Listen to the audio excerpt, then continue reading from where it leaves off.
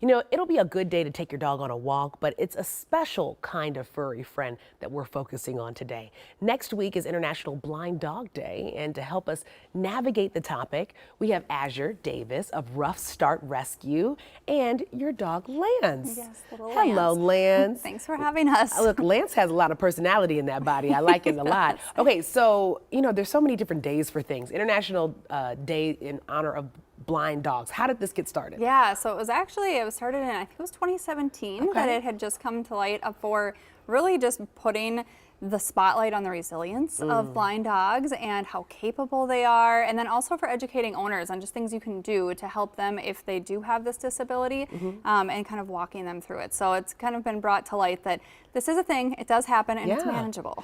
Okay, so walk me through with Lance. How did you know that he was struggling with sight? Yeah, and it can happen over time. It can happen very fast if they go blind. His, unfortunately, it was very fast. I mean, it was within the matter of a couple weeks for him.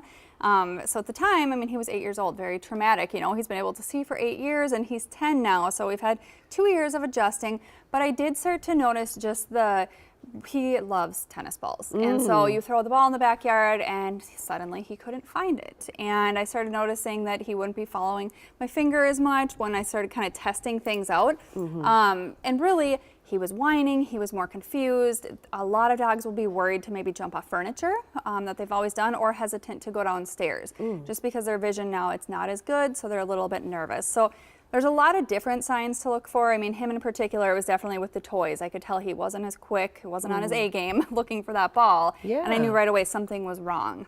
So what's the next steps? If people say, okay, I'm starting to notice some of those things about my dog, then what's next? I mean, you can bring them in. I would definitely get their eyesight checked and double check, see, is it something that, I mean, maybe they have cataracts, you know, there's a lot of different things to do to look and see what it might be. But really, if you know they're going blind and you kind of you talk to your vet and they say, yep, it's either a slow progression or it's happening rapidly, start preparing your home. And a couple things you can do is make a safe environment for them, because they will run into things.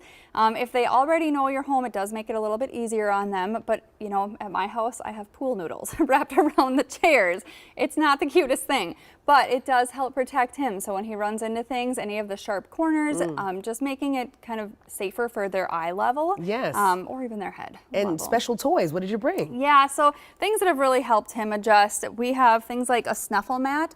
So a lot of people, I will say it, when a dog goes blind, it's always harder on the owner. I was told this, I didn't believe it, it's totally true. I mean, and it takes for about 3 months for them to adjust, but they use their nose. That's their prominent sense, the sense of smell, not necessarily the eyesight. So you can hide little treats in here that they can find, and that just gives them something to do to use that sense of smell. You can also have, I'm afraid to shake it because he will hear it, but this is a ball that smells, and it also has little bells in it, so he can hear it and he can smell it. This is something that is very common for blind dogs. It's actually called a halo, and it's a little harness that goes on them. So he does not love this, but when you put it on, it goes like this.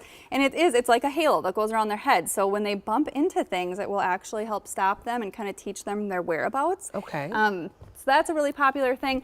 The last thing, I'm working on it. He's adjusting, but it's not going the best. Some dogs love these, and it's goggles. So if you bring your dog and you're used to going on adventures and walks in the woods, you don't want them to get their eyes poked. And so they do make dog goggles that you can put on with little sunglass protective cover too if you need, but that would just be to protect their eyes, and it's also from wind if they have their head out the window, and bugs flying in their eyes, or even the sun.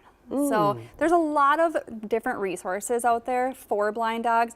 It's manageable, they adapt very quickly. I think humans, like I said, take the longer time to adapt. Absolutely, but I'm encouraged that there are things that we can arm ourselves with. I always say I like for us to get a little smarter in a short amount of time. I think that you definitely helped us do that, and I know that you probably weren't writing down everything. That's okay. We've got these tips up at KARE11.com/noon. Come back anytime, both of you. Thank you, we'll be back.